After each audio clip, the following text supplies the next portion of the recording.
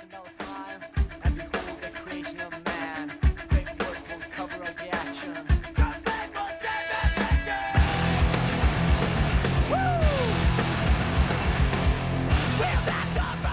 Hello. Hello.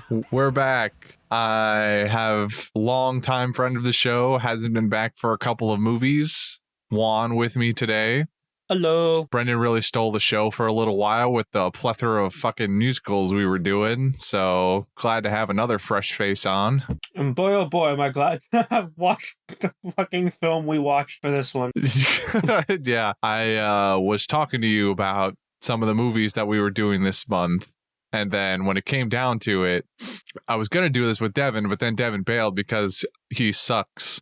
And so now I've got you here. And when you heard about this, you were like, oh, I know that one. I know. And then you described the sequel, which we could talk about later. And I was like, no, not the sequel. We're watching the first one. I think you described it as the one where he has to charge himself up with electricity. I was like, that's not this one. That's the second one. Yep. Which is wild that there is a second one based off of how this one ends. I mean, this film was definitely made for someone. I don't know who, but it was someone enjoyed it enough where they made a second. Oh, this movie was made for exactly the person who gave it to us as a recommendation this month. This month, this movie was given to us by community member Taco on our Patreon. God, of course it was. Let me tell you, this is, out of all three movies Taco has given us so far, between Lock, Stock, this one, and Snatch, this is by far the most Taco movie. Lock, Stock, and Snatch are in that vein, but this one is it's a next level. It's just so much farther above. But before we get to more of the nitty gritty of this, I'm going to read this here summary quickly, and then we can get into it. Let's go. Strap in, folks, because this one's going to be nothing but heart-pounding, mind-melted, adrenaline-fueled chaos that is going to seem absolutely batshit insane, and that's because it is. You've never experienced a movie quite like this unless you've shotgunned 3 Red Bulls in a span of 15 seconds while doing a line of coke off the bathroom floor of the rattiest gas station bathroom in the heart of LA. And even then, you will have only experienced about a fifth of the ridiculousness. So here it is, folks, your next movie review. Crank is a 2006 action film all about going sonic fast or else you die. So in that sense, it's kind of like the movie Speed, except instead of the bus not slowing down because it'll explode, it's a human, and he'll just kind of keel over and die. After being injected with a poison that blocks his adrenal glands, our protagonist, Chev, is told that keeping himself pumped up with artificial ways of producing energy or adrenaline will slow the progress of said poison. So, along the warpath of his revenge against the one who did this to him, we also manage to rob every possible establishment that even remotely supplies the goods to keep you wide awake. Oh, and did I mention that because of all this, he's functionally immortal? I know! Turns out magic exists in this fucking world, so who even needs the epinephrine in the first place? Oh my God. Referencing the end again. Jesus Christ, dude. The epinephrine, man. So before getting into the actual topics and plot, if you want to call it that, of the movie, do you like this movie? I don't dislike it. And I don't know if that's a problem or not. I love raunchy films. And this is pretty fucking raunchy, and I like it a lot. There are some things that happen that I'm like, I kind of zone in and out of, but there are definitely like a handful of scenes, if not a little bit more, that like have my attention. I'm like, wow. I don't remember watching this as a, I believe I was like, 10-ish at the time? I have no idea. I don't know how age works. Oh, so you're saying you watched this like right as it came out? I remember watching the second one more vividly. I remember watching the first one probably like on television with my mom. I know, responsible parenting. And watching this again as an adult, I'm like, oh, it ain't bad. I give it like personally, it's like a 6 out of 10, 7 out of 10. Depending on the scene. I think it's pretty okay. It's not the worst thing we've watched. No. I've seen worse movies in the last 24. I've seen worse movies in the last 24 hours. This is not one of them. Wait, what else have you watched in the last 24 hours? If you aren't a part of our Patreon, live on Patreon, we did a movie watch with Devin, Justin, and some of our viewers where we watched Madam Web. And that shit was garbage. But we're not talking about that right now. We're talking about Crank. Oh, wait. Did you watch that in Discord? Yes, we did. Oh, okay. Yeah. But yeah, I didn't hate this movie. I liked it to an extent. But all the things I liked about it were all the raunchy stuff. So. I think I feel kind of similar to you. I don't, although minus maybe the enjoying as much the raunchy films. I'm fine with them. They exist. I can enjoy some of them. This one is also fine. I'm not going to condemn it for being what it is. 2006 was just a different time. And especially action filmmakers. 2006. I don't think so either. I think in general, they were more willing to do less formulaic stuff in the early mid 2000s than they are now. Which is kind of how you get a movie like this, especially with Jason Statham, who's kind of early on in his career. I mean, he's been acting at this point for like 5-6 years. I think Lock, Stock was 99, maybe. So I'm fine with it. There are problematic elements to it, and we can like the sort of less than savory view of people who aren't white, and also.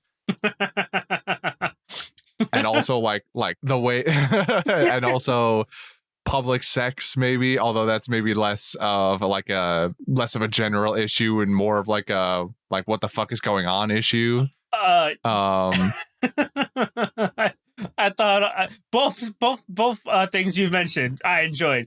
So, like I said, I went into this just expecting mindless violence, just kind of going off of what I remember of the sequel. And then watching this one, I got so much just raunchiness that I was like, it was very nostalgic of just the dumb shit that you would see on television back in the early 2000s. And I find it funny. I find a lot of it just comedic.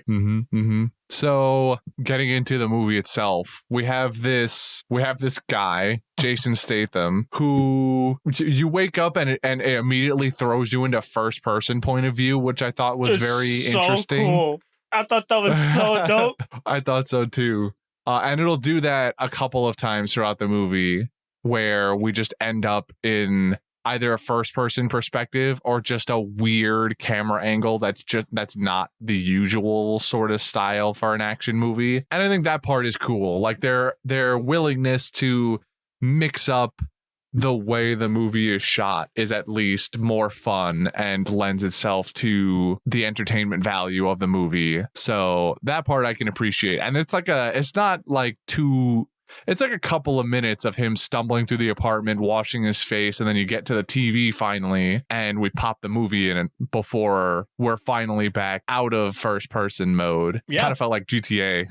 It did. It did feel like it felt like the tutorial level of a video game where when you get up as a random character, you walk out of a space pod and you're like move forward, back, left, and right to move your character, use your right stick, turn the camera, go up to this television, press X to start the clip. Felt like a tutorial level for a video game. It was pretty cool. I appreciated it. Yeah.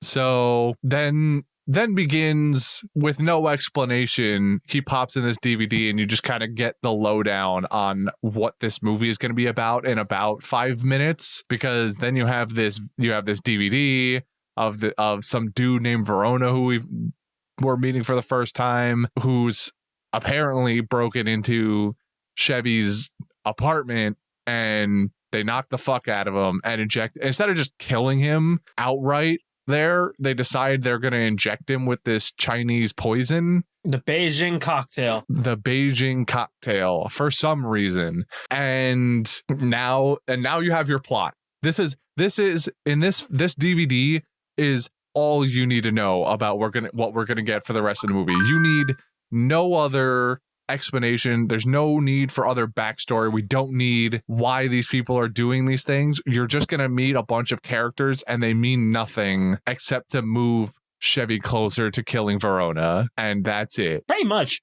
So immediately he sets down on this warpath by going to your local trap house, basically, and to a guy, I don't even remember his name. He's just a dude. He assaults a black guy in this trap house, drags him into the bathroom at gunpoint, and goes, "Give me Verona's location." And I mean, for all intents and purposes, this guy's chill as fuck. I'm just gonna say it. He's being held at gunpoint by a crazy white dude, and he's chilling. Yeah, Clearly they know each other. Well, we figured they knew each other because the second he walked into the trap house, he pulled out a gun, and it was like him versus like at least a block and a half of like homies. Like everyone on the block was in this house. He pulled in. He was just the one white dude in a sea of black guys, and everyone just had guns out. It was pretty funny. Yeah. So again, going back to we don't need backstory. They know each other. That's all you need. Apparently, they start referencing some hit that the dude went on allegedly with Verona, which he tells Chevy later is not true, and that he has no idea where Verona is, because otherwise he'd be killing himself. So then Chevy gets ahead of the game before anyone tells him exactly how to combat the Chinese poison, and he just gets a line of coke from him and then does it off the floor. Not just any line of coke. The verbatim was medicinal cocaine. Right. Yes, of course, because anything else would be illegal, and we don't sell that. Yeah, no, we don't sell illegal drugs. He got medicinal cocaine and then did it off the ground. Yeah, so you're already hit in the face with just how wild a person Chevy is. Now sure, you could also make the argument like he's on his deathbed now, and he's got to get this done as quickly as possible. So there's no time to be dealing with cleanliness or get busting out the credit card and chopping up the line slowly, and I was like, nah, just for reference, because I was jumping between platforms watching this movie because I had to like get back to this point. We're doing medicinal floor cocaine 10 minutes into this movie. 10 minutes 10 minutes in, we're doing medicinal floor cocaine just to really set the standard on how the rest of this movie is gonna go. Only 10 minutes in, medicinal floor cocaine. Yeah. We then have him run out of said trap house, jump into a car, and he's just on a chase. He's got cops after him. He's got people after him, and he calls Doc. Did he call Doc or Doc calls him? I can't remember. So originally he called the Doc, but Doc's assistant picked up because he was busy at a massage parlor getting the happy ending of his life, apparently. Oh yeah. And then the Doc calls him back, and the Doc calls him back during the car chase. Yep, and Doc lets him know, hey, they start going over his side effects, blah blah blah. Doc lets him know he got drugged with the Beijing cocktail, and that the only way for him to stay alive is by being in a constant state of adrenaline. As this is happening, as this is happening, he's getting chased by the cops. So, already halfway there, kind of. He's getting chased by the cops. And because he's out of his mind, he just drives through a mall, just straight through a mall, doesn't care anymore. Clearly, Chev was like a semi-decent hitman. By the way, Chevy's a hitman. That's sort of what got him into this situation. We learn at a certain point that this is happening to him because he pulled the trigger killing somebody called Don Kim, who was the biggest Asian crime boss in the area. And this was a hit he did for his own crime boss, Carlito.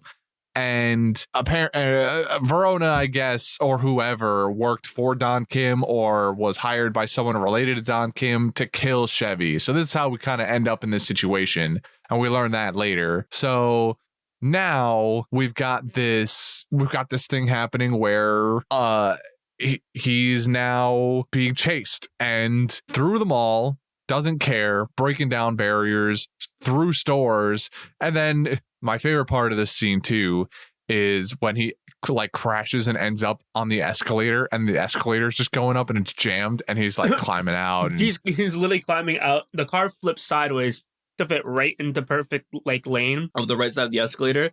and he's just climbing out, jumping out, and just going. And he somehow managed to flip it into the escalator. This whole movie is just a fucking trip, dude. Yeah, and the doc too is the whole time just he hears the noise going on in the background. He's like, "Is everything good?" And he's like, "Yep, totally cool." Gunshots, fucking cars flipping, driving through the mall, screams. He's like, "You good over there? Hey, I can't hear you. What'd you say?"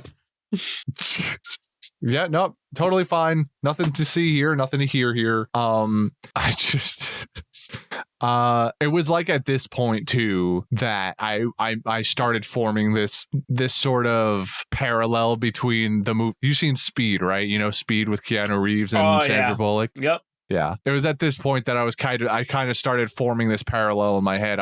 Because Doc starts explaining to him you need the adrenaline, and there's 3 ways to do it. It's like pleasure, pain, and fear, I think. Mm-hmm. And but for the movie, it essentially amounts to drugs, sex, or danger. Like there's really no other way that Chevy can think of to get these things going in him. So he then so the doc explains all this to him, and he goes, okay, great. And then begins really the main mission becomes get epinephrine somehow. But we definitely hit a bunch of side missions along the way where we pick up Red Bulls and basically anything else. Immediately out of the mall, we jump into a cab. That's not important. Ask the cabbie. He asks the cabbie to pull up next to a convenience store. Goes, yo, give me 3 minutes. Walks into the thing, grabs the cashier out, throws him on the ground, puts a gun to his head, goes, you move, you die. Kicks over a garbage can, empties out all the trash, and just starts robbing the place of nothing but 5-hour energies, caffeine pills, Red Bulls, etc.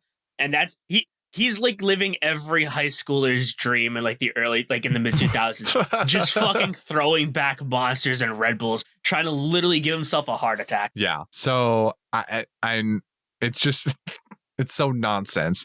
But you're right. It's like a teenage kid's dream. The only thing you need is like a mountain of Hostess Twinkies and I don't know any other sugariest shit you could ever find in there, and that's basically what I did every Friday night with one of my friends. Yeah, pretty much. God, almost a throwback. Yeah. So the most fucked up thing about the cabbie too, and we get to it doesn't happen right away, but we get to it later, where the cabbie is finally just fed up with shuttling Chevy everywhere, and Chev's like, okay, yeah, that's fine.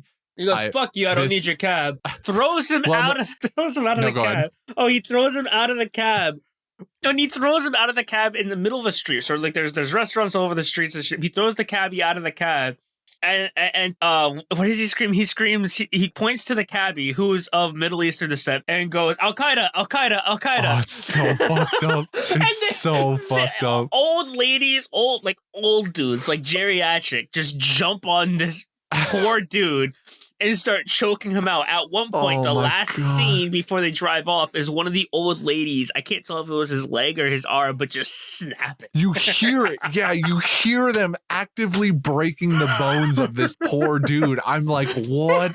It was already wild enough that they had this line where he shouts Al Qaeda. I was already like, my eyes widened. The random Middle Eastern cabbie just tosses him into the crowd and goes, Al Qaeda, Al Qaeda, and they just fuck this dude up. Yeah, it really is. They got every old secondary actor, background actor to jump on this dude and literally start breaking him to pieces. This is only the beginning of like this is maybe the most egregious that didn't age well at all, but it's only the beginning of the crazy shit that'll happen, other than floor cocaine earlier.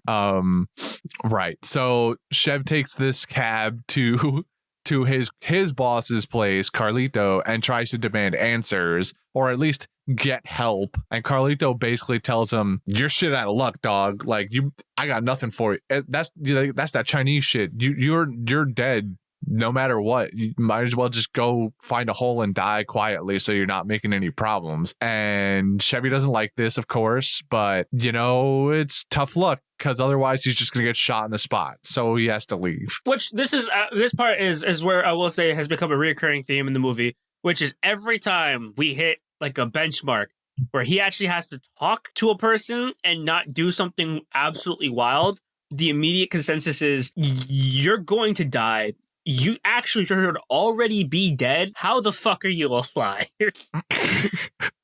And you will get that multiple times throughout this movie where they just go, how? Just die. For the love of God, just die. And he doesn't. But after his boss tells him, you're shut out of luck, like you said, he decides, I'm sorry, he gets a call from Doc, and Doc lets him know that the one way that he can try, at least, to get the Beijing cocktail out of his system is by going to the hospital and taking exactly a fifth of a cc of epinephrine.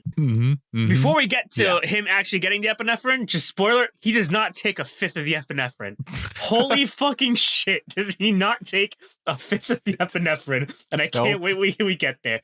But he goes to the hospital in search of epinephrine.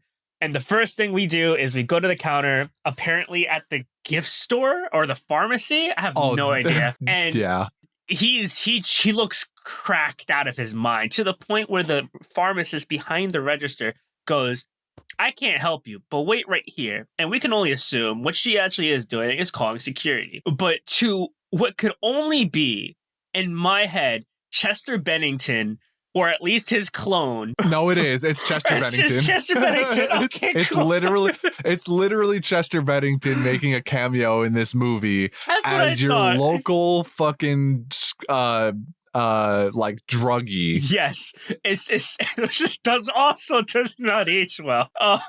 No, but Chester Bennington, shout out Chester, lead singer from Linkin Park, rest in peace, is in the pharmacy, and he goes while this dude is while Chev is panicking, he leans over to Chev and goes, "There's epinephrine and nasal spray," and he just takes an entire case of nasal spray, and he's storming now through the hospital looking for epinephrine, just doing whippets of nasal sprays, dude. It's so like I had to look this up too, because when he goes, there's the epinephrine and nasal spray, I was like, there's no fucking way there's epinephrine in nasal sprays. And from what I can tell, of 2006 anyway, not true. Here in 2024, I found a bunch of articles from last year of nasal sprays that have epinephrine in them, or like they're trying to get them approved so that you have an alternative to an EpiPen. So this is just something they just made this up for the movie. Like it's just 100%. They just were like, throw energy in anything. Nasal spray, you find that on the counter? Yeah, sure. It's got the epinephrine. Why not? Have at it. Just anything and everything. That was my favorite part, by the way. Was I had to pause the movie. Like you see Chester Bennington off in the side, kind of blurry because we're focusing on Chev, and I had to pause. I paused. I was like, "Is that no, bro?" I'm watching this on 1.5, virtually 2 speed, and I see a bald white dude, kind of short, shaved head with gauges, and I'm like, "Is that Chester?" I didn't even go back. I was just like, I don't know if that was Chester or not.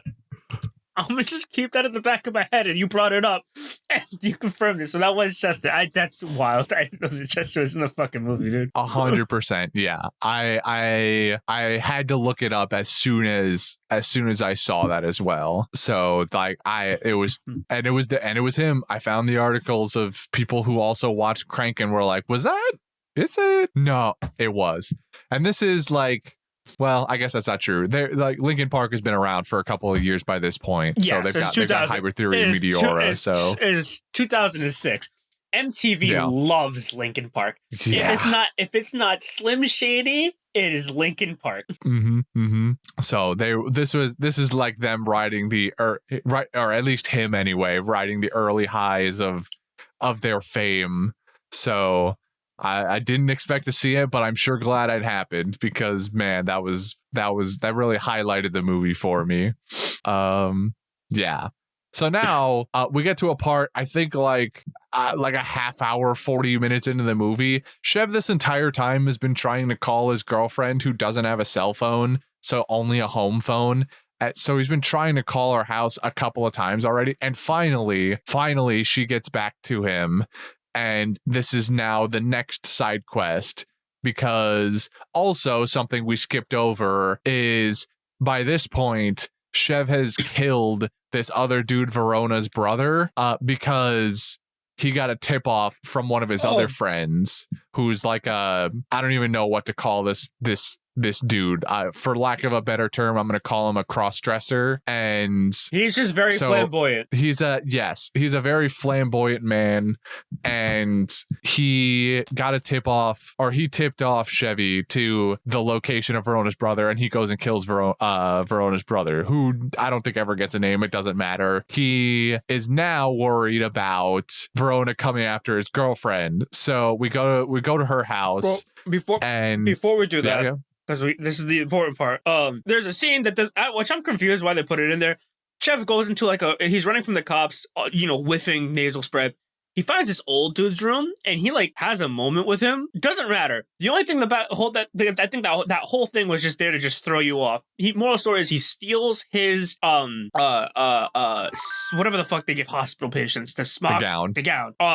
And he is now just hauling ass through a hospital, running from the cops in a hospital gown, putting a gun to people. There's people running through the ER, pushing an emergency patient, and he runs up to the person in the back of the back of the fucking who's pushing the back of the patient in the gurney, I think it is, and puts a gun to his head. Give me epinephrine, causing a whole scene. Finally gets his epinephrine, jumps into an elevator, and remember, a fifth of the cc of epinephrine. He takes a full cc of epinephrine, and this dude can see sound and hear color.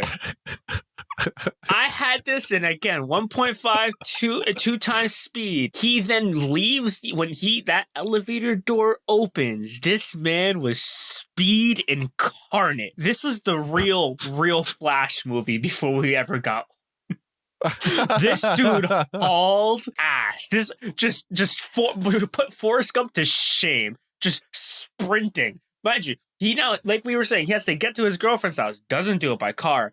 Hauling ass in a gown just down the street. Doc calls him again, and he goes, "Hey, are you okay? What happened?" He goes, "Oh, I took epinephrine." He goes, "Did you take the whole fucking thing, didn't you?" He goes, "Yeah." And then Doc goes down the checklist of all the things he should be feeling right now. "Oh, I'm assuming your chest feels like it's on fire. Check. I'm assuming you're sweaty. Check. Dilated pupils. Check. Your dick must be hard as shit right now. Check." Hold on, let me check. Yeah, it is. He stops. There's a bunch of people huddled up at a news, I guess a TV store where they're putting the news on TV, and they show up. They're talking about Chev on the news, talking about there's a wanted man. They put up his picture or a drawn picture of him, and one of the dudes watching the TV turns and looks at Chev, who's standing right next to him watching the news with him, and then he looks down and through his gurney, dude's just he's so hard. He's so tented, dude. He steals a motorcycle from a random cop and then proceeds to go to his girlfriend's house, where at some point he also changed his fucking clothes. Actually, this is a good point. I'm glad you rewound us, because this might be my favorite part of the movie outside of seeing Chester Bennington is this motorcycle scene. Because already, I mean, the scene you talked about where he's standing outside, the guy looks at him, he's sweaty, looks angry, he's tented up as hell in a hospital gown. You can see his bare ass. That already alone is gold. Then he steals this police motorcycle and starts going to his girlfriend's place. But we get this extended scene of him on the motorcycle, and he's just so high out of his mind. He's T-posing. He T-poses on the motorcycle. So now he's sweaty, angry, high off his ass, hard as fuck. Hard as a rock, standing T-posing on a motorcycle that for some reason he's a master at, because it's going perfectly straight for at least 30 seconds until finally he crashes. He wobbles a little too much. And the music they have in the background is just so like psychedelic, and I'm just sitting here wondering if I'm the one having a trip right now, because it's so utter nonsense. And I can't help but lie. I loved every second of especially this sequence of him running out of the hospital. From the moment he leaves the hospital and has that conversation with Doc to him crashing and showing up at his girlfriend's place is probably the best part of the movie for me. From him doing epinephrine till pretty damn close to the end, this is where I'm just like, I am all in. This is great. Oh, and also in the hospital, he has that same dude that gives him the epinephrine just fucking AED him. Because he's like, oh, maybe this will wake me up too. He has him shock him with the AED device. Yeah. That would actually kill him, by the way. There's a lot of things. First off, taking that much adrenaline should kill him. He took a full charge from, he was like, yo, shoot me up. He's like, huh? Clear. Popped his chest so much hard, it flew, like that's what through him. He got electrocuted so hard he like flew into the elevator. Then from having his heart jump started, I can't even say jump started, from having his heart literally just blown up, he then injects himself with fucking adrenaline, and then now we're trying to get to his girlfriend's house, which we eventually get to. Honestly, the girlfriend's house then, other than the waffle iron, kind of, I went to go get water. It was like okay, cool. I guess this is plot. We're floor cocaine, epinephrine, and I saw the lead singer from Linkin Park. I don't care for plot anymore. I need stupid. So whatever happened in this apartment scene is beyond me. I just know at one point the drugs started failing, his heart started getting slow, and he was just like, how do I get my adrenaline going again? And this chick had a waffle iron just on, and he just put his hand in the waffle iron, just closed that bitch. And which I mean, okay. But yeah, that's the only thing I really remember from the fucking the him seeing his girlfriend. But that was it. Yeah, I mean that's really it. We pick up girlfriend. He has to kill a couple of people stealthily when she's not looking once or twice, and then we move on. We eventually we end up in a restaurant because he just takes her out to dinner in the middle of all this craziness. Like he's got the epinephrine. He's still supposed to be finding Verona, but he's like, you know what? It's time for a date because I got to finally tell my girlfriend, her name is Eve. I've got to finally tell Eve that I'm a hired gun and I kill people and also I'm dying. So he takes her to this Chinese restaurant. She obviously can't fucking believe it because I think he told her that he's a video game programmer or something. All that was fine. Funny enough, he was telling, "Oh, I kill people. I'm a hired hitman. I'm quitting this business, specifically for you." And everything was going fine until he was like, "Yeah, I gotta leave for a bit though, and I can't take you with me." And then it cuts to her storming out of the restaurant. Because that was the killing blow. It was him going on vacation without her. She assumed that this was just a big ploy to dump her indirectly. And before I get to the next scene, I want to just a disclaimer. This next part does not age well. And just a forewarning, consent is very important, people. Consent is a very important thing that you need to do at all times. But in this situation, I'm laughing way too hard.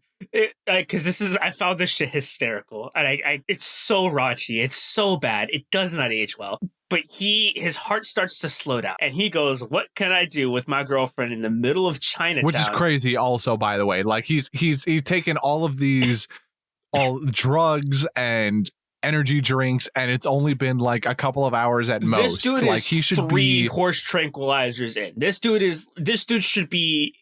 Probably his metabolism is the fastest metabolism mankind has ever seen. Yes. But the drugs start fading, and he's in the middle of Chinatown, and he doesn't know how to start up his heart again. So he asks his girlfriend if she trusts him, and then proceeds to ask her to make love to him right here on the ground in the middle of Chinatown. There's a lot of people around. It is the middle of the fucking day Chinatown. She says no, but he just couldn't take that as an answer and starts grabbing her and ripping her clothes off.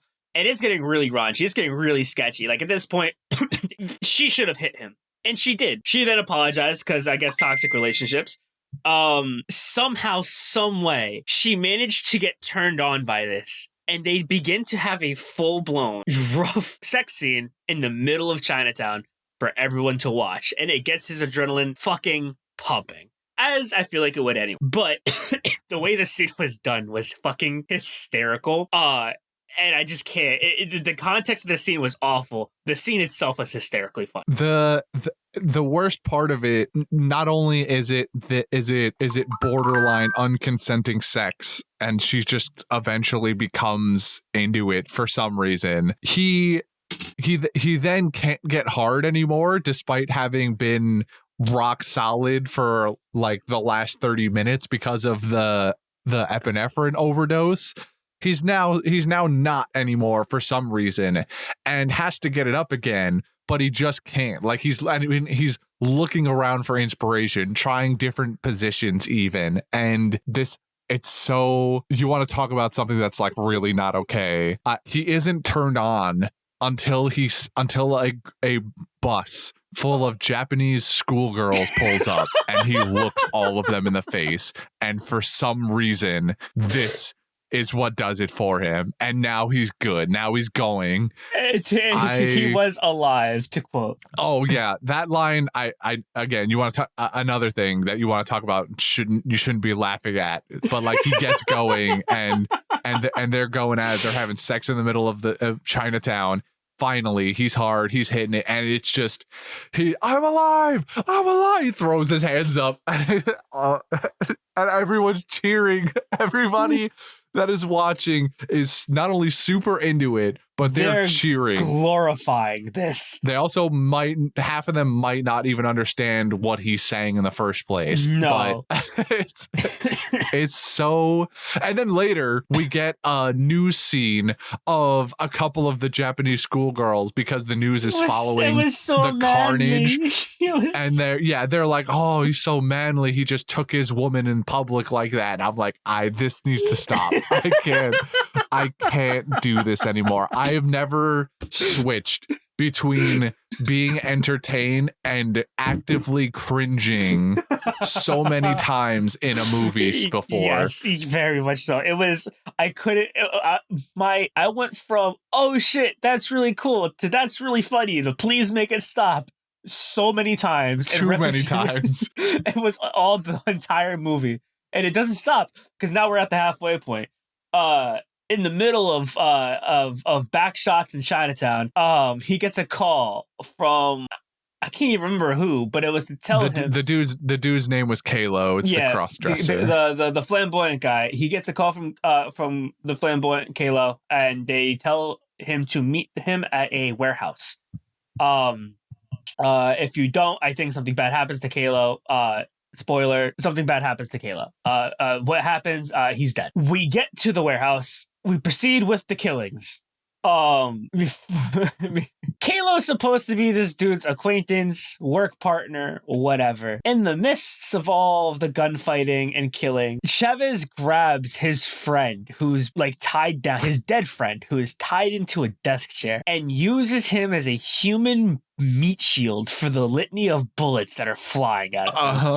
So for like the entire fight, the entire shootout scene, it's just bullets hitting this man's body with zero remorse. It was, I was like, wow, this is really fucked up. Slightly funny, but really fucked up. And in the middle of the shootout, the elevator opens up, and for whatever fucking reason, it's Eve. Somehow, Eve came to see if he was lying or not about being a hitman. Fun fact, he was not. And her showing up is just like plot at its finest, like just things happening for the sake of it. But because like there's no reason she should have been able to keep up with him, because he got on a whole motorcycle or a car or something. He got in vehicle. He got in a cab. He got in another cab this time, driven by a Haitian dude who proceeds to give this man, they didn't have a name. It was just hardcore Haitian drugs. That was all it was. That was all it was called. And he tripped. Oh yeah, forgot. He's doing this whole shootout. Fuck me. Slow down there, bud. The Cheez-Its are getting me. He does this whole shootout scene high out of his fucking mind. Higher than he's been up to this point. Which is saying something. Yeah. The Haitian guy, at first it feels like he's gonna throw him out of the cab too, because he asks him like, hey, crackhead, you high right now? And Jason Statham just groans or something, and he goes, well, you're not high on the good shit. And now suddenly he's reaching into his console and he pulls out the good Haitian shit, I think is a direct quote, gives it to him. Now he's tripping. He's tripping balls, goes inside, Haitian dude drives off. And now we have this scene with some other guy who works for Carlito and who's killed Kalo and just wants, again, Chev to roll over and die. We have the shootout and his girlfriend shows up. Shouldn't have been able to keep up with him because, again, in a cab. And B, shouldn't have even known where he was going. But here she is because reasons. And now we are running away from the last remaining couple of goons after, oh my God, brutally sticking one dude's hand in a sewing machine. That one made me cringe out of in pain, not like embarrassment or this didn't age well. That was like, oh God, that just looks awful. He tried yanking it out too, and he couldn't. Oh God, it's giving me shivers just thinking about it. Ugh. So then we get out back and we get in another car and we're driving away, and this movie just has to double down on banger. I just has to double down on Eve just being an object for pleasure, real team player. And that's one word for it. He goes, "Oh, the drugs are wearing off," and she goes, "Oh, you just need something to excite you, right? You need some adrenaline. Let's finish what we started before." We're in a car. We're not just in a car chase. Bullets are flying, and she proceeds to give him roadhead in the middle of this car chase shootout. And she every time. I wanted to be like, wow, this is a very guy thing to put into a movie. Oh, yeah. The only thing keeping this scene together, because it was like, wow, this is interesting, also hysterical, is because she kept, during this entire scene, he's shooting, driving, drifting, and she'd keep picking her head up to talk dirty to him. And he just keeps... Not to oh no, get back down there, continue doing what you're doing. She's like, dude, he's like, there are people shooting at us. Don't stop. And every time, it was like 4 or 5 times she would keep coming up and he would just be like, stop, there are people shooting at us. Stop, there are people shooting at us. And then just as we get to the climax of the scene and of Chev's climax, she stops. She gives this man blue balls on the spot and goes, you can't be falling asleep right now like you always do. And he got... You want to talk about things that'll keep you awake? The pain of blue balls will do. He got blue balled so hard he stepped out of his car, walked over to the one dude that was left alive in the other person's car, and unloaded the entire clip into his dead body out of frustration. And if she wasn't sure that he kills people before, she definitely is now. Yeah. And man, what another moment where I'm like, man, what a fucking movie am I watching? Yeah. Like, this is okay. So there's then we do for the second time, one of 2 times in this movie, we use pain to keep us awake.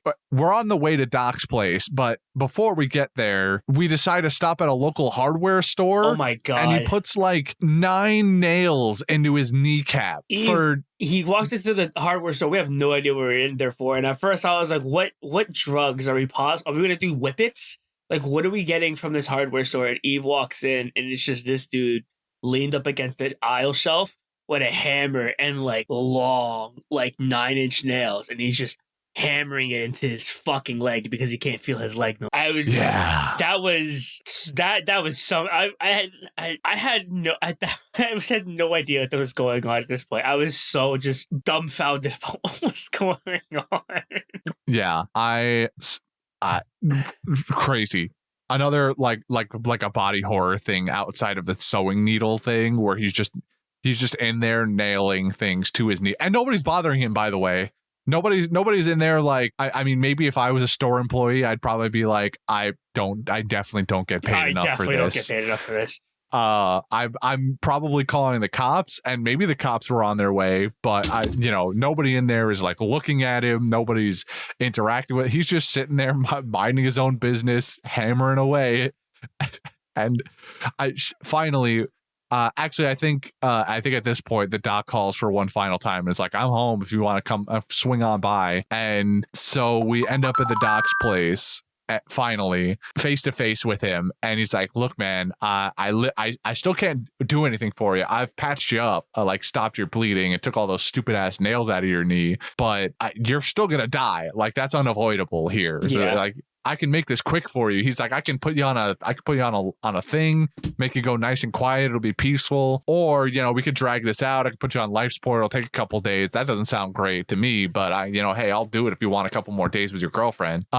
Chev's like, nah, I still need revenge. So just give me an hour. And so what does Doc do but give him, this part I'm not sure about. Like, it's an insulin pump. And my assumption is that he loaded it with epinephrine or some other pretty much sort of thing, because insulin doesn't do that for you. No, it was literally doing what you said. It was an insulin pump, but filled with epinephrine. Yeah. So, kind of ingenious, good for Doc, great plan.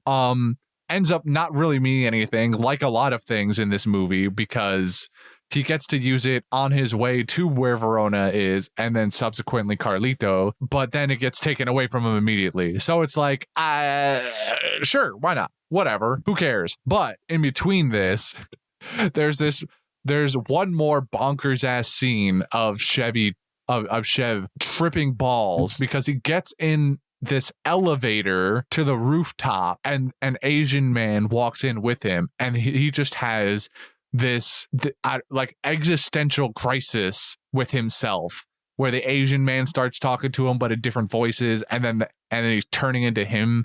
It's a mirror image of him, and he's just talking to different people, and he's just wholesale tripping out now. And then he finally comes to, and the Asian guy actually looks at him and he goes, what the fuck are you doing? What is wrong with you? Yeah. And now we're on the rooftop. Yeah, now we're on the roof. They take all of his shit. They take his epinephrine. And we have one more fight scene. Just one more fight scene to end the movie off. There was this one scene before the mindless killing. It was actually the scene that initiated the mindless killing. They're about to shoot him up with another dosage of the Beijing cocktail just to torture him a little more before he dies. And he is cracked out of his head at this point. He looks like he is death incarnate. And in a last-ditch effort, he pulls out the finger guns, and everyone thinks he's crazy. And somehow he's like pump faking people with finger guns, and they're kind of intimidated, like, oh my, wait, what's happening? And then he points at one dude and shoots him with the finger gun, and a bullet goes through his fucking head. And for a fraction of a second, I honestly thought. Look, dude, of everything, the whole movie, magic clearly exists in this world. I was bought in. That's what I thought. I thought this dude went finger gun and shot an actual bullet from his finger. And it turns out that behind the guys, Verona's people, was Don Kim's, the triads, and then they proceed to go into this massive shootout where women in bubbles are being shot at. Because that's an image that's burnt into my skull. I don't know why. It was just the one getting popped, and then the second one screaming for her life. We're on a rooftop bar, and Verona keeps naked women, and what I can only describe as human-sized Pokeballs, and they're just in there, they're just chilling. That's just their job. They get paid, $120-something thousand a year to sit naked in a Pokeball, but they're locked in there as the shootout is happening. So, a couple of them got caught off by some strays. And Chavez is coming down from his high because apparently getting shot at by triads and mobsters doesn't, stir him up anymore. Somehow, with epinephrine in his system as well still, because, that's the thing. And he proceeds to chase Chavez and whatever. He proceeds to chase Carlito and Verona around the rooftop like it's a fucked up game of Ring Around the Rosie until they get to a helicopter. Yeah, and this takes us to the end of the movie where Verona decides he's the boss now, kills Carlito, takes the helicopter, but not before Chev catches up and gets stabbed with another dose, because why the fuck not, of the Chinese poison again.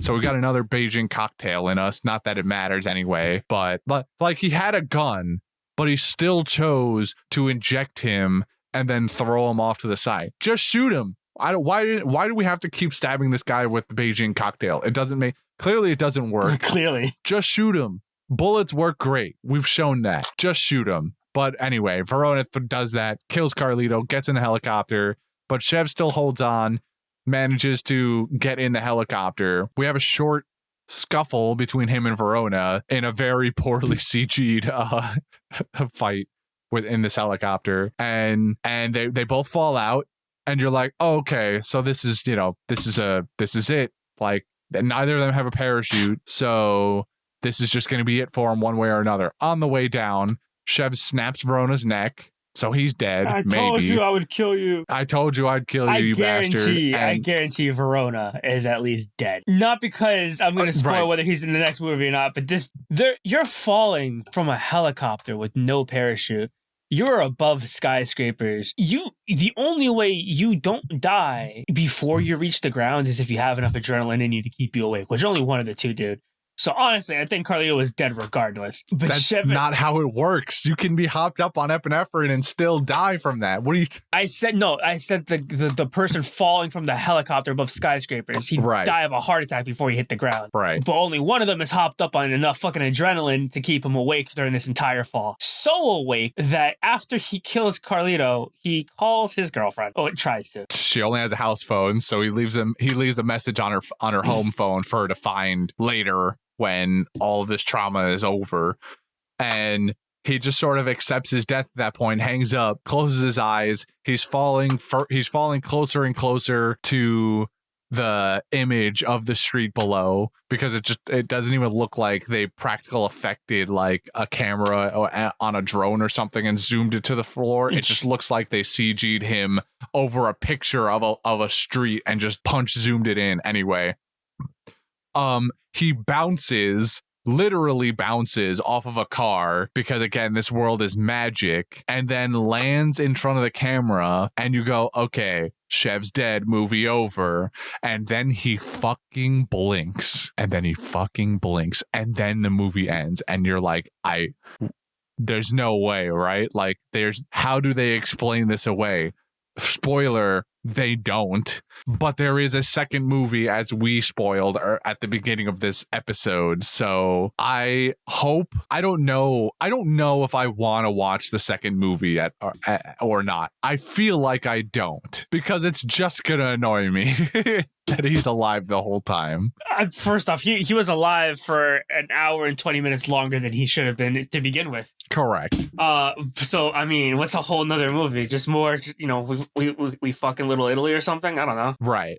Like, of all the things that have happened in this movie, falling out of a helicopter from thousands of feet in the air and living shouldn't be the one that breaks the camel's back, but for some reason it is.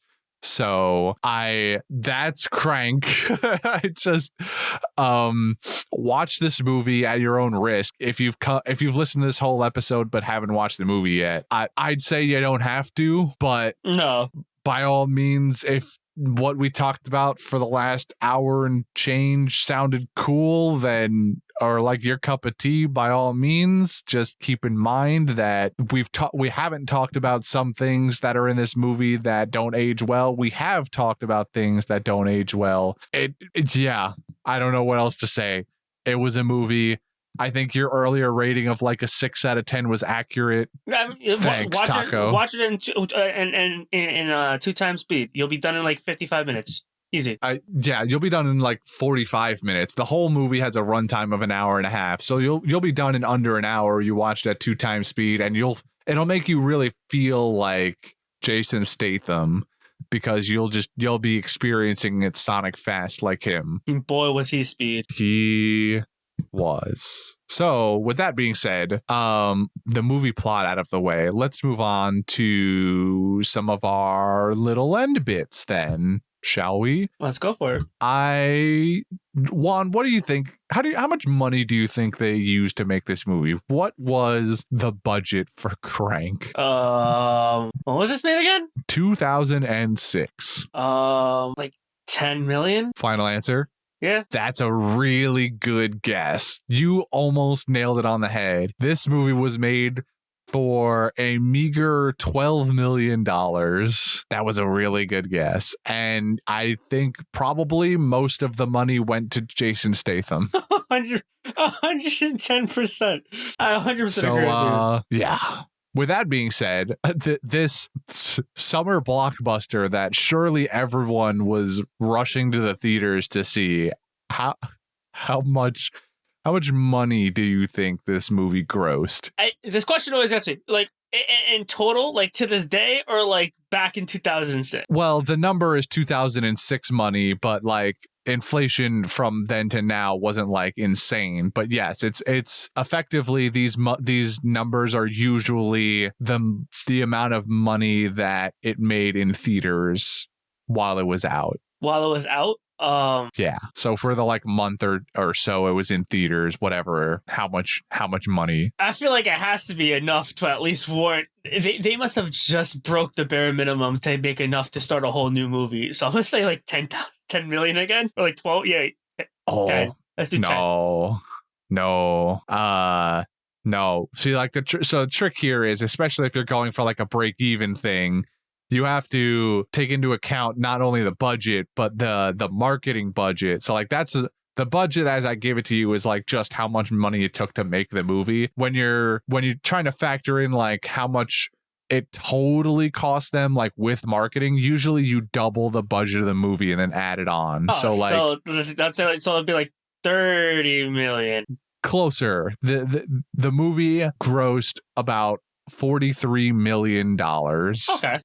So they basically they made a little bit of money on this, and clearly that little bit of money was enough to warrant a sequel that they, I guess, were already planning in the first place. Oh boy. Because they knew what they were doing with the way that this movie ended. God, I want to watch more Jason Statham films. This is dumbness. Well, it's just stupidity. This is the war path that Taco is on. This is the third Jason Statham movie in a row. Look, I'm not gonna tell you what to recommend, Taco, but like Death Race is pretty cool. Just saying. I think his agenda here is that he's specifically starting from the beginning of his career, because Lock, Stock was Jason Statham's first movie, and then Snatch, I don't think it was his second, but it was like pretty close. Okay. So we're kind of like working our way up from the bottom there. Again, like I think he definitely Snatch was the year 2000 and this is 2006, and he definitely made movies in between then. Like I think the Transporter movies actually were before this, at least the first one. Not that I've watched those either, but still. So, you know, maybe he's skipping a couple. Maybe Taco wasn't a fan of it, but I think we're just kind of working our way up the line here. Actually, I'm gonna look up. You said Death Race, right? That was the one you were just like, yeah, because I remember watching that one in like high school. I also know he made like the Transporter series. He has like a Call of Duty game. Is the game? Was he in the? He was a voice. He was in COD, yeah. Yeah. I know it's like Transporter. I think there's like Revolver, Chaos. He's in the Pink Panther. He's in Pink Panther? Yeah. That's the one with what's that guy's name? Steve Martin? Yes. Right? I believe so. There's War. I believe, Death Race was 2008. War came out. That was with Jet Li. That one was dope. That was like. Do you actually know all of these Jason Statham movies like by heart? Some of them, yes, because I have my own notes from this. I did take some. I didn't come in blank. Oh, okay. It was just more like fun facts, and we just landed on a fun fact. So I was like, some of these I actually did remember, and some of these I actually do enjoy, because my favorite genre is especially like action or like anything where I'm like throwing hands is very much so up my alley. War does involve Jet Li, who is one of my favorite martial arts actors. Oh, super dope. And Death Race, because I remember binge watching Death Race and just delinquency in Death Race on like weekends with my friends in high school, just eating Cool Ranch Doritos, smoking weed, and just it was the movie of our choice. That and Transporter, I just remember that vividly. So those movies were on there. All right, fair enough. He also has like Fast and Furious, like the Fast and Furious movies, but I no. Yeah, well, he comes in later on those ones, right? Doesn't he start like Fast 5 or Fast 6? And do we have 9? I don't know. I think there's 10 now. 10? So he comes in about halfway. yeah, I don't know. So we'll have to see. I think spoiler alert, next month we won't be getting a Jason Statham one unless Jason Statham is in a musical I don't know about, because Taco has explicitly told me that his next recommendation is a musical. So Jason Statham will be on pause unless, again, he's in some musical I don't know about. So there's that. And then we'll get back in May, maybe, to the warpath of Jason Statham movies. But so yeah, that's our budget and gross. Now for our final agenda, I've got some Letterboxd reviews for you, and we're going to go through them, and you're going to find out what the good people of Letterboxd thought of this movie. So I'm going to start with the first one here. Can I have one? I want one. Like, there's like one thing I want. If they have it, can you also tell me the year these comics were? Oh, I can do that. So this one, the first one that I'm going to read to you, is the most liked one actually on Letterboxd. So it's oh wait, no, is this? No, it is. Okay. Oh, I just wrote this wrong. Oh, I almost fucked up. I almost lied to you. Okay, yeah. So like I said, this one comes to you live from 2013. A 11-year-old Letterboxd review. This is a better remake of Speed, with Statham being the bus. That's a 5-star review. It does sound like a 5-star review, but this person only gave it 4 stars. Damn it. Yeah.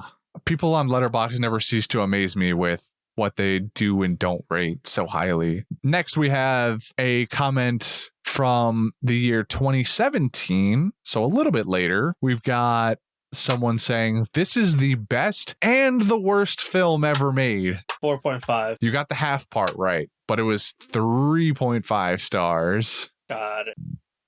Next, right underneath this one, we've got it. Funny enough, continuing up the years, we're in 2019 now, so people still experiencing this movie even to this day. A very simple comment, but I really liked it because I think it's the most accurate depiction of this movie.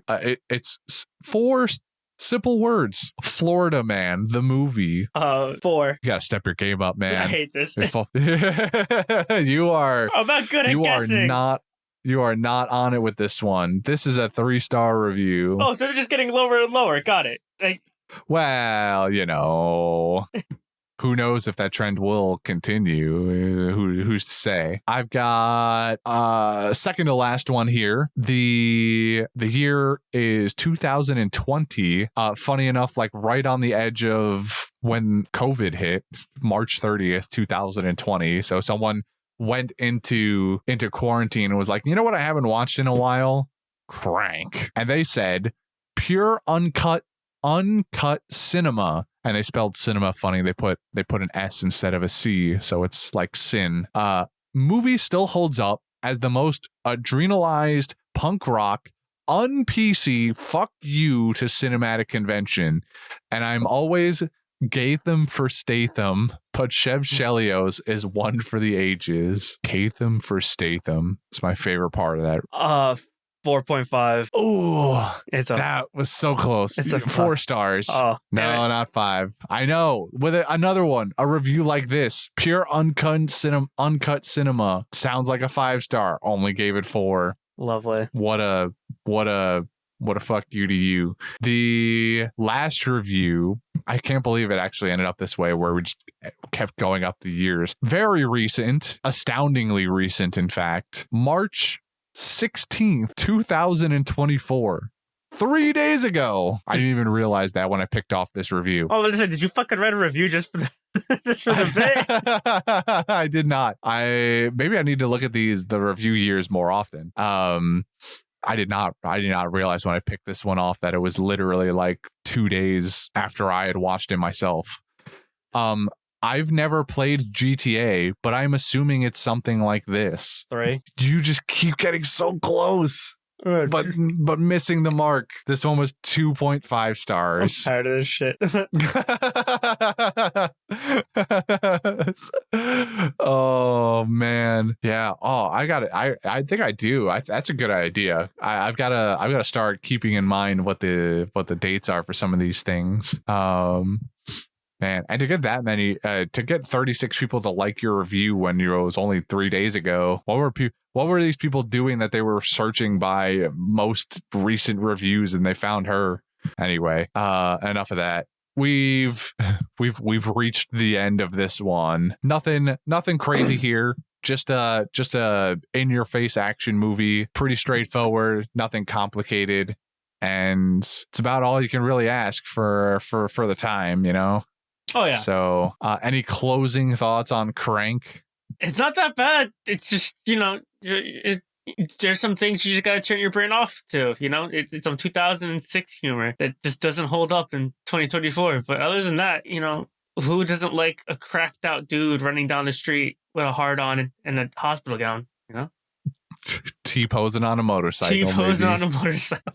All right. What is this? What is this is right. What is this? What am I doing here? I'm going to go. We're going to go now. Thank you once more, Taco, for your movie recommendation and for giving us your monies for it. Bud. We appreciate you especially, but also all of our patrons. And if you would like to join them in supporting this podcast, you can find us on Patreon at Panda Sightings. If you would like to follow us on social medias, you can find us at Panda Sightings on Twitter and on Instagram as well.